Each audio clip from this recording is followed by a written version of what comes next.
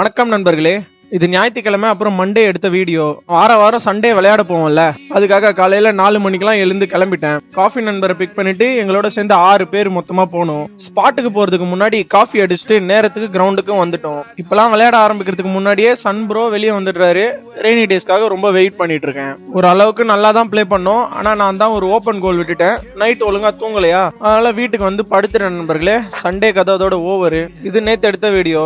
சொல்ல போனா இன்னைக்கு ஒரு எக்ஸ்பெக்ட் பண்ணாத நாள் தான். மார்னிங் இருந்த சிரிப்பு அதுக்கப்புறம் இல்லவே இல்ல.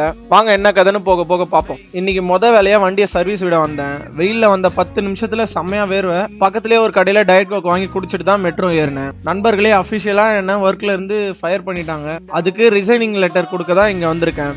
ஜூன் 1 சேலரி டே வேறையா. இன்னைக்கு சேலரி வாங்கிட்டு ஜிம் மெம்பர்ஷிப் போட்டுடலான்னு பார்த்தேன். என்கிட்ட மினிமம் 3 மந்த் ஒர்க்கிங் டேஸ் இல்லாததுனால 45 நாள் கழிச்சு தான் சேலரி கிரெடிட் ஆகுமா. அதில் நோட்டீஸ் பீரியட்னு ஒரு 7 டேஸ் சேலரி கட் பண்ணிட்டு தான் கிரெடிட் பண்ணுவாங்களாம். லைட்டா பேட்டரி பவர் ஆகிட்டேன். வீட்டிலே இருந்தா வேலைக்காகது ஒர்க் பண்ணி பழகிட்டேன். அதனால காலேஜ் பக்கத்துலேயே ஸ்கை ஒன் மால்ல ஒர்க் பார்க்கலான்னு ராபிடோ போட்டு கிளம்பி வந்துட்டேன். நான் வந்த நேரமானு தெரியல, இங்க மால்ல எந்த ரெஸ்டாரண்ட்டுமே இல்லை. மதியம் ஒழுங்கா சாப்பிடாம வந்துட்டேன். செம பசி.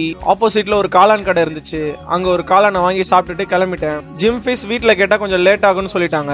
சேலரியில வாய்ஸ் ஓவர் கொடுக்க மைக் ஒன்று வாங்கலாம்னு நினைச்சிட்டு இருந்தேன். சரி இப்ப ஜிம் மெம்பர்ஷிப் போட்டு அப்புறம் மைக் வாங்கிக்கலாம்னு பார்த்தேன். ஆனா சேலரி வரவே 45 டேஸ் ஆகிடுமா.